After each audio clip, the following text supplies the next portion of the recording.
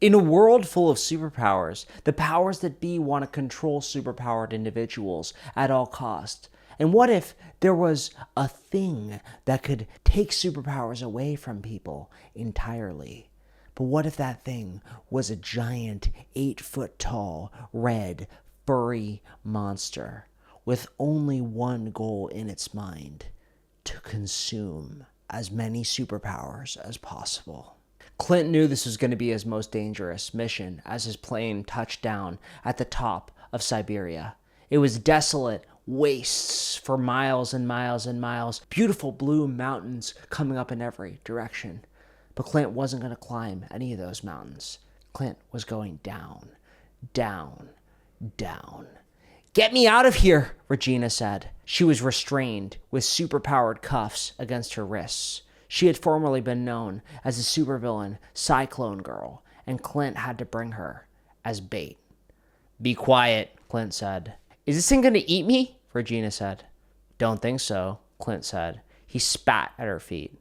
"But with so much power, spending it to be a hit woman, not the smartest choice, Regina." "Whatever," Regina said. She looked out at the giant blue mountains in the distance. Clint grabbed her superpowered handcuffs and pulled her into the cave. The cave was dark, and Clint knew that the creature was in here somewhere. "What are we looking for anyway?" Regina said, scared. "I don't like small spaces." "We'll get used to him," Clint said. He pulled her through a crack into a deeper part of the cave. He heard rustling, scraping. "It's in here," Clint reported a command, but he couldn't get a read on them. It was interference everywhere. "Okay," Clint said. "If I let you out of the restraints, are you not going to run?" "Why?" Regina said. "I could just knock you to the ground and go." "Not likely," Clint said. "No mobility powers, and your wind can only get you so far. The nearest civilization is about 500 kilometers down south. Do you trust those odds and all the freezing cold?" Regina shuddered in the cold. She looked around the cave. "Besides, I need some protection." Clint loaded his .45 and looked around the cave. "This thing's supposed to be dangerous, and we don't know if it eats people." "Eats people?" Regina said.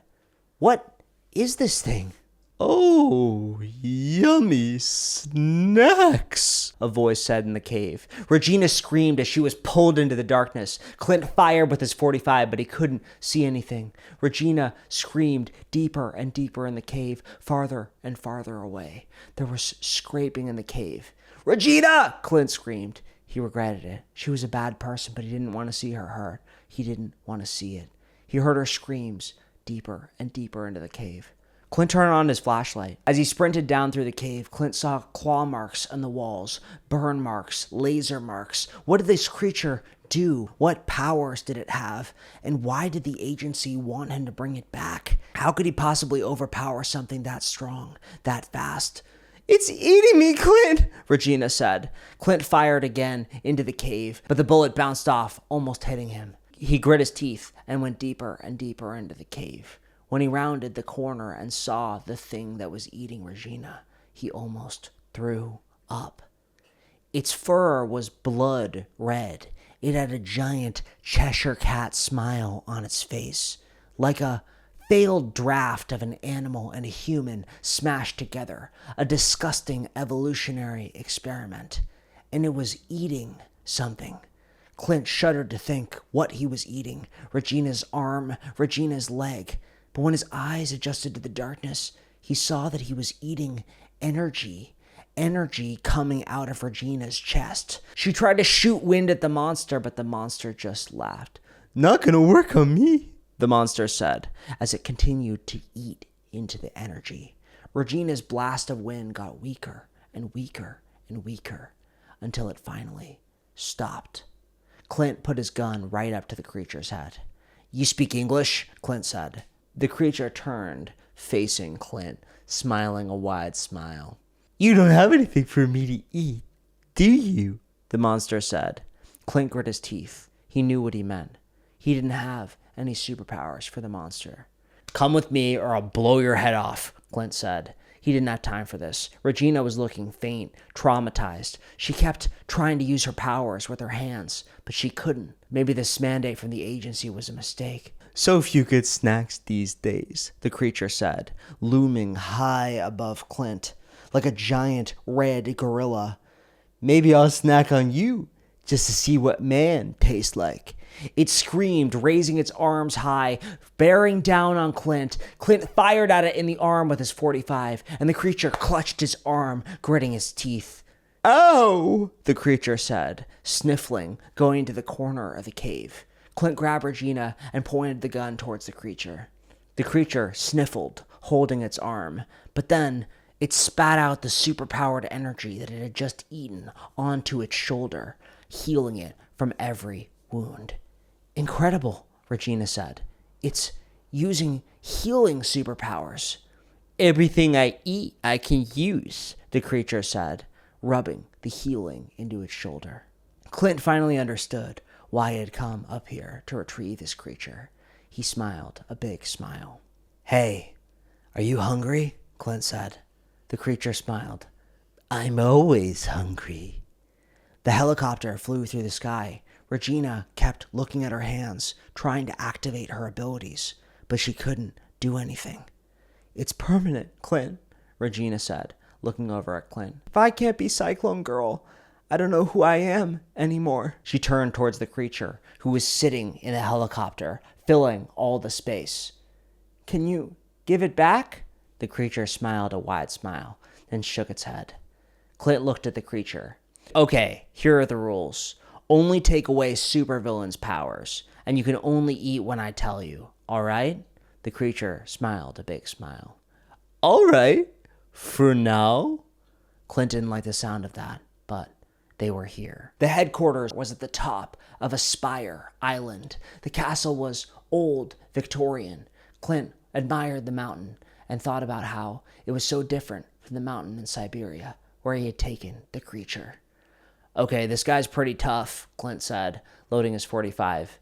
How close do you need to be to eat his powers? Talking to the creature. The creature shrugged. I don't know. Okay, well, just try to avoid his stalactites. They can be pretty... Kaboom! The helicopter's motor exploded. They started careening towards the grounds. Regina, Clint said. I don't have powers, she said. He turned towards the creature. Save us! The creature tried to cast wind, but it didn't know what it was doing. It shrugged. Not gonna hurt me. What about you? Clint grit his teeth. He tried to steer the helicopter, but they were falling towards the ground, about to smash into the stalactites when the helicopter floated. They were being held by stalactites going towards the castle. The creature sat perfectly content as it went deeper and deeper into the lair. Not good, Clint said. Not good at all. When they finally landed at the feet of the giant castle, Clint saw him, wrapped in robes made out of stone, crystals in his hair. Stalactite Man smiled a wide smile. Visitors, Stalactite Man said. I never get visitors. I'm far too powerful. Now, what's your superpower? Do you want to test it against my mighty stalactites? Clint stumbled out of the helicopter and almost threw up over the edge. Regina also wobbled out. Cyclone Girl? Stalactite Man said, and Regina did throw up at his feet. Stalactite Man looked between the pathetic pair of them, and then he noticed the big red creature in the back of the helicopter. The creature's eyes were full of purple energy. He smiled a big smile. I'm hungry, he said. Clint smiled. Go get him. Stalactite Man shot giant stalactites at the creature, but the creature bounded forward, walking on its arms as fast as it could towards Stalactite Man. Delicious, the creature said. Delicious!